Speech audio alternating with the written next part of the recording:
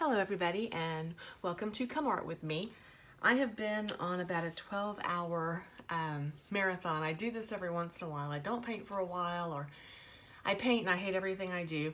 And then all of a sudden, usually it's when I switch mediums or start challenges, and I get on a kick and I start doing things I like. And by the way, first thing I did when I set this up is smudge one of the things I did tonight. But I'm playing with oil pastels. For the demonstration, and people were interested, and a lot of people seem to be getting them. So for the purposes of this demonstration, I'm going to use the cheapest things that I have, and that would be my Pentel oil pastels. I don't remember. I want to say I paid $5-10 for 50. And I bought 2 sets, so I'd have duplicate colors of the ones. There are some I almost never use, and then there are some that use all the time. And just a quick tip, white. You want to buy a whole box of white and just keep those around. But the biggest thing that comes up is, and I'm just going to tell you right now, I did my nails yesterday, and it was completely pointless because I was just priming canvases and I am covered in paint. So we're just going to get that out of the way. I'm a mess. The biggest thing that comes up is that pastel pencils always look like crayon. So I'm going to do, this is, by the way, this is a US Art Supply canvas board. You can get them for about like $1. This one is 8 by 10, and I'm just going to use it to experiment. The first thing I usually do, and I just want to say, starting out, I am no expert. What I've been doing is practicing and looking at what I do this a lot of times in any medium. When I switch mediums and try different things, I try to look around and see what's available, see what people do. What will the medium do? What will it handle? So I'm just going to show you how I do things. Your drawing skills may be better, your painting skills may be better, but hopefully the tips and tricks will still be helpful. So the first thing I generally do is I put white down, because when you start to blend, it's very similar to colored pencil. It will not blend correctly if you don't have enough of the medium down. So, and white is a good choice. Now in this case, I'm just going to put a little bit down and put it aside. I'm going to duplicate, probably really badly, the apple that I did, just because it's a fairly simple form and it doesn't matter, and I'm going to show you why. My first sketch is probably not going to look much like an apple, but that's okay. This is what people are talking about. But Christina, that looks just like crayon. Why would you want to do something that looks like crayon? And when I first tried oil pastels, first of all, I will tell you this, I used them on paper. I don't care for it. I mean, I do it, and it's not horrible, and I've done some work that I actually really liked.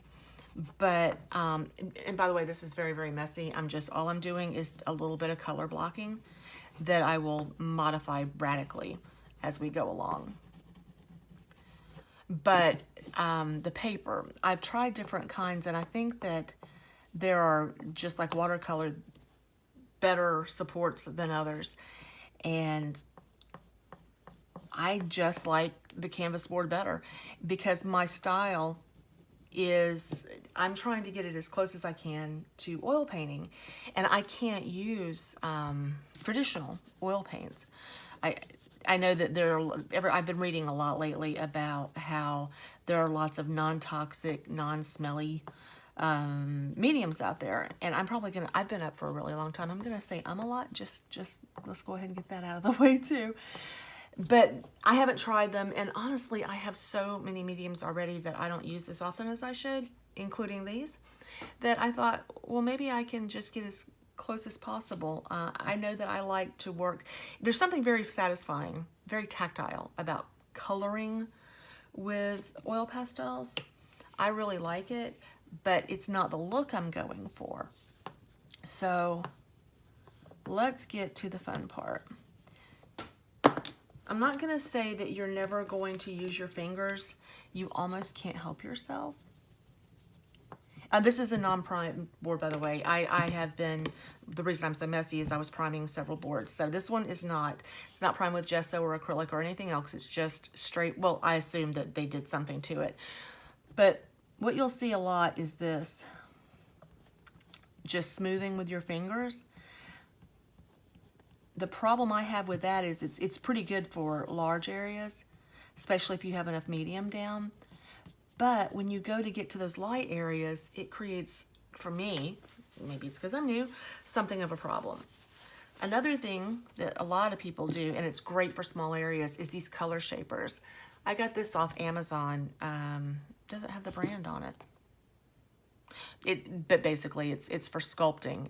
It's a firm but not hard tip. It's not as spongy as like a makeup applicator or something.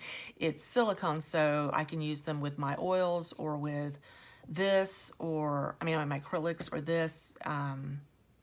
Pretty much anything, and it will just wipe right off. Soft pastels, they're great for that too. But you can do this to save your fingers. And these are really good to get into small areas, like here. But this is still gonna take a while. Doing it this way takes a while. So, I heard, I just want to do a quick experiment. I have no idea what's going to happen because I don't ever do it. But I heard that you could use, somebody said something about alcohol. So I just want to do a quick test and see what happens. I use alcohol with over 90% is what you want to do. But I just want to see what happens. Yeah, that's not good. Alcohol, and I didn't think that was going to be a good idea. Alcohol and water is not really where you want to go. So I've also seen people use, this is coconut oil, raw extra virgin olive oil. I mean coconut oil. Let's see what happens when you do that. It smells good, but I find it a little bit, I've used it before, I didn't really care for it.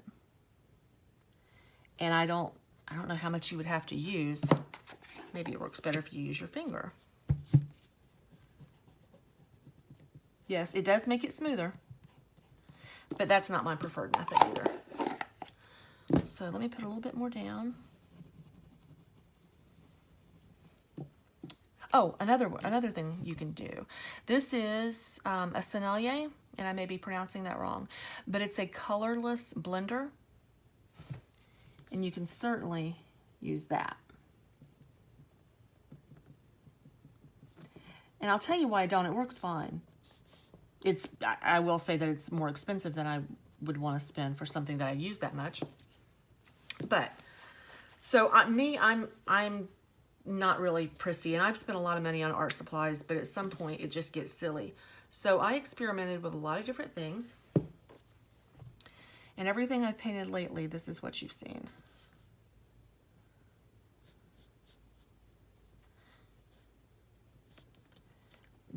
To me, I want to use a brush almost all of the time. And certainly since I'm wanting it to act like oils, a brush is the way to go for me. Now, this is very, very different than the effect, the results that I got on a primed canvas. This is kind of dry. And it's getting very, very dark. And you might think, well, you don't want it to get that dark, do you? Not really, I don't. I have all these little bitty pieces. My background's going to be gray, so I'm gonna go ahead and butt right up against the edge, because I'm gonna go this way with it. You need to butt the colors up against each other. It's very difficult sometimes to get a smooth edge if you don't. So white or some other very light or harmonious color, whatever you're gonna butt it up against. I do prefer white.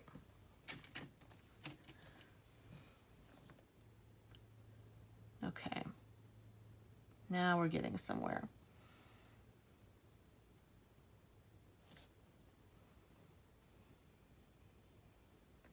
So really the first layer is all about just getting your color blocking, your shapes, although you can modify them later. Getting your shapes down. I brought this one over. It's gonna drive me crazy that I didn't do anything to the background. But I brought this one over because I wanted to see because it's just acrylic, and I don't think I ever primed it per se. I don't think it's got gesso on it, but okay, there we go. That's what I wanted to see. When there's enough medium down, look at how that blends. And I'm putting, I hope this is showing up. I am putting almost no pressure. There must have been more medium over here. Or enough white, and I didn't put enough where the apple was. But all the struggling all of a sudden ends. And this is using the medium that I normally use. I'm gonna try one more thing that everybody has. This is just pure canola oil. I'm gonna put a little bit of that out. I used this earlier too, and I found that it worked. The thing is, a lot of things work. That doesn't mean it works well, or that it's readily available, or that you like it, or the smell of it, or any number of things. But I'm gonna try the canola oil real quick. It works really well too. And again, so available. You can get vegetable oil anywhere. I also used argan oil and liked it. So the thing is this, oil pastels on their own don't apparently ever completely dry. I don't know if that's the same as, I don't know if that's just, I've never done oil painting before because I have to avoid the chemicals, but that may be normal, that it never dries. I don't know how I feel about that. It seems to me that it's going to be really hard, especially when I'm painting like a mad person, to the whites get dirty, and if you don't want to smear the wrong color, I just keep an old rag around, and I use it for everything. Well, I have several, but so let me, now that we have everything working properly, let me show you how to get a smooth background. This is just white, but I need to clean up this edge and where the stem is. And we're gonna put our light source is coming from here, so on this side it's going to be darker. And I'm not gonna get super picky, I'm just gonna grab a purple because it's a good shadow color. And it's here. So we need to make sure that all of that, I didn't bring the, oh, I thought I didn't have the brushes, but I have them right here that I need. That's another thing is the brushes. I'm using really cheap, this is Jerry's, that's an acrylic brush. That's from the same set. I don't know how to pronounce this. It's Lordac Arts, and I got them off Amazon. I love them. I use them for everything. I don't use them for watercolor very often, but I use them for acrylics. I use them to blend. This is what I was looking for. I use them to blend my soft pastels, my oil pastels. I use them for acrylics and all sorts of things. So this is my favorite medium again. I just love the way it works. So the reason I'm making this video right now is, first of all, I've tried to make it 3 or 4 times and things keep happening. But several people in the group of Come Art With Me Over Coffee have talked about, you know, they're interested in trying oil pastels, but it's so much trouble, or it looks like crayon or whatever.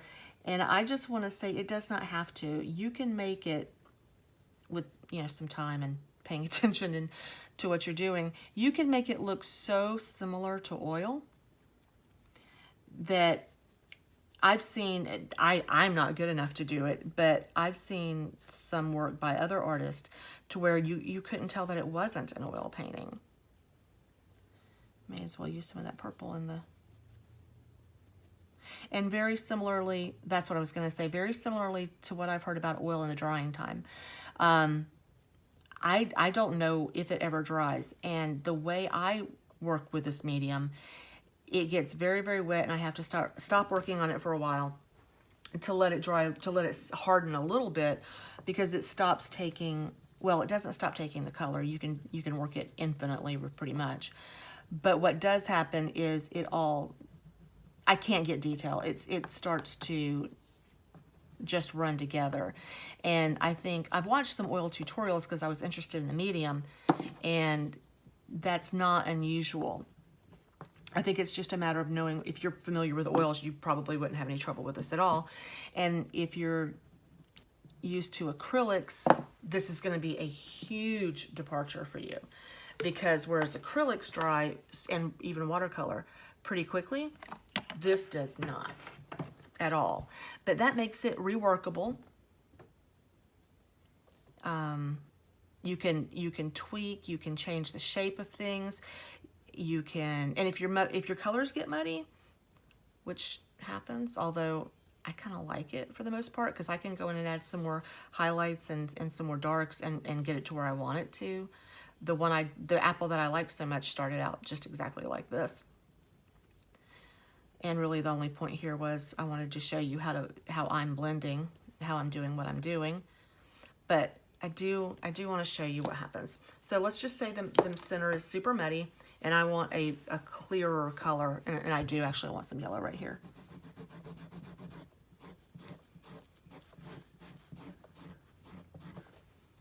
You don't have to be gentle because you're working on canvas.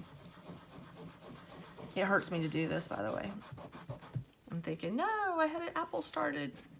Okay, this is only here for a quick test, and I'm not going to spend a lot of time on it. I wanted to see if I was right in that you get easier blending and better results on a canvas that's been primed in some way. I think this has been probably gessoed and painted on, but I just wanted to check, and you may want to know too. What would I do here? Oh well, we'll just do a leaf coming down. It is to a leaf. Now you guys probably remember Christina can't do leaves unless she really concentrates on it, but all I'm really checking here is blending. Oh yeah, it's completely different. You can't tell probably, but I can by the way it lays down and by the way it spreads. It is a completely different feel when the canvas is not quite so dry or so rough. And the only other thing I wanted to show you, and I can't believe I almost forgot, if you really want an interesting experience,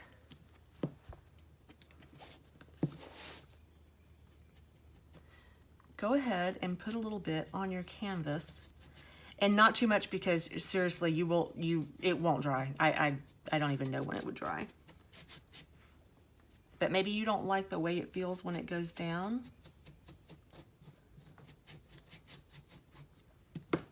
Watch.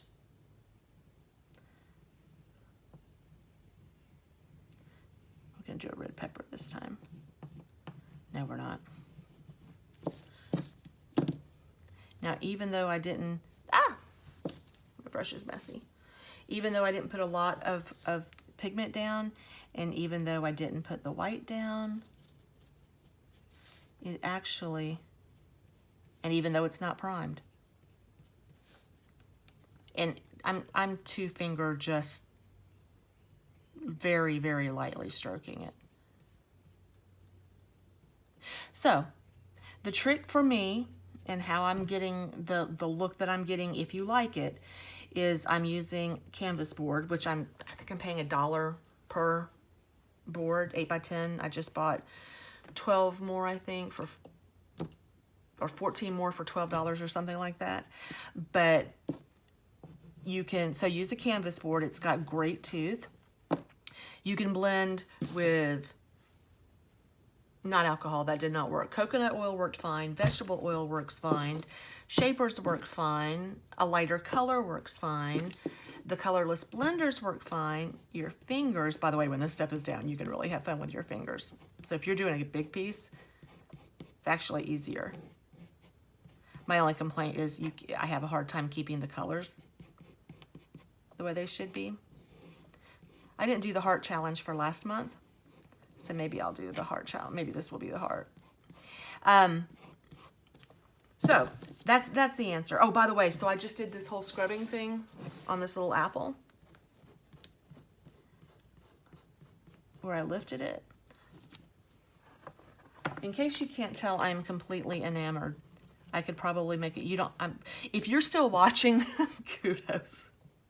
Because now I'm just playing and having fun. But I scrubbed that color out in the middle, that area out. And you know I'm just playing because I'm using my finger. That needs to go up that way. So anyway, I hope you learned something that you didn't know, or that it gave you an idea that you might want to try, or that you decided that oil pastels don't have to look like crayon unless you want them to. They're very fun for impressionistic work. I've seen a lot of people do that, and it looks very cool. It's just not something I'm good at. So I hope it encourages you to at least try it. It's very, very, very inexpensive. You can buy the more expensive oil pastels, and I have some. But the underlayers you're going to want to do in the cheaper ones anyway. And then if you decide you like the medium, you use the expensive ones for the upper layers. So I'm going to end this now, and you've probably stopped listening 10 minutes ago. But I hope you come art with me and like the video. If you learned something, leave a comment or a question, and come visit us on Facebook at Come Art With Me Over Coffee. Thanks so much.